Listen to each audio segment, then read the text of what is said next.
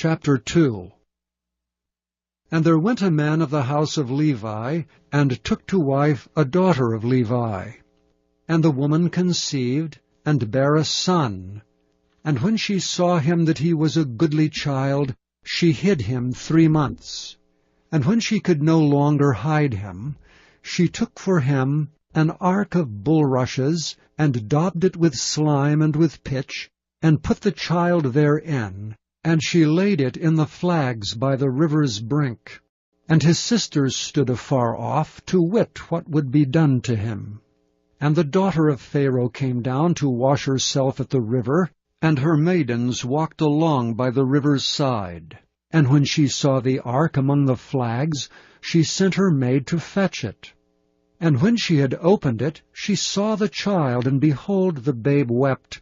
And she had compassion on him, and said, This is one of the Hebrews' children. Then said his sister to Pharaoh's daughter, Shall I go and call to thee a nurse of the Hebrew women, that she may nurse the child for thee? And Pharaoh's daughter said to her, Go. And the maid went and called the child's mother. And Pharaoh's daughter said unto her, Take this child away and nurse it for me, and I will give thee thy wages. And the woman took the child and nursed it. And the child grew, and she brought him unto Pharaoh's daughter, and he became her son. And she called his name Moses. And she said, Because I drew him out of the water. And it came to pass in those days, when Moses was grown, that he went out unto his brethren, and looked on their burdens.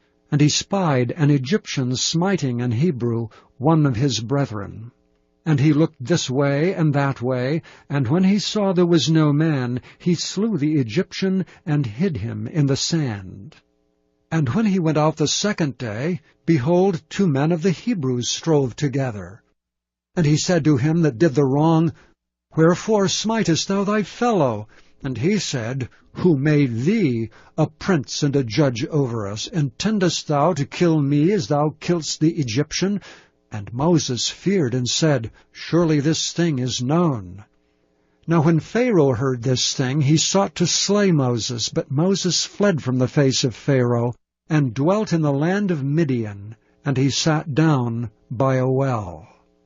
Now the priest of Midian had 7 daughters, and they came and drew water, and filled the troughs to water their father's flock.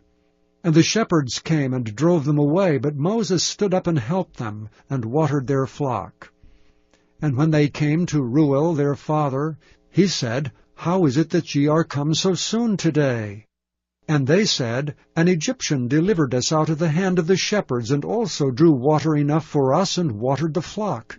And he said unto his daughters, And where is he?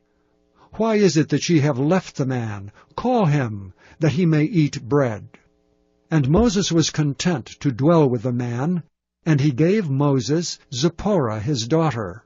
And she bare him a son, and he called his name Gershom, for he said, I have been a stranger in a strange land. And it came to pass in process of time that the king of Egypt died, and the children of Israel sighed by reason of the bondage, and they cried, and their cry came up unto God by reason of the bondage. And God heard their groaning, and God remembered his covenant with Abraham, with Isaac, and with Jacob. And God looked upon the children of Israel, and God had respect unto them.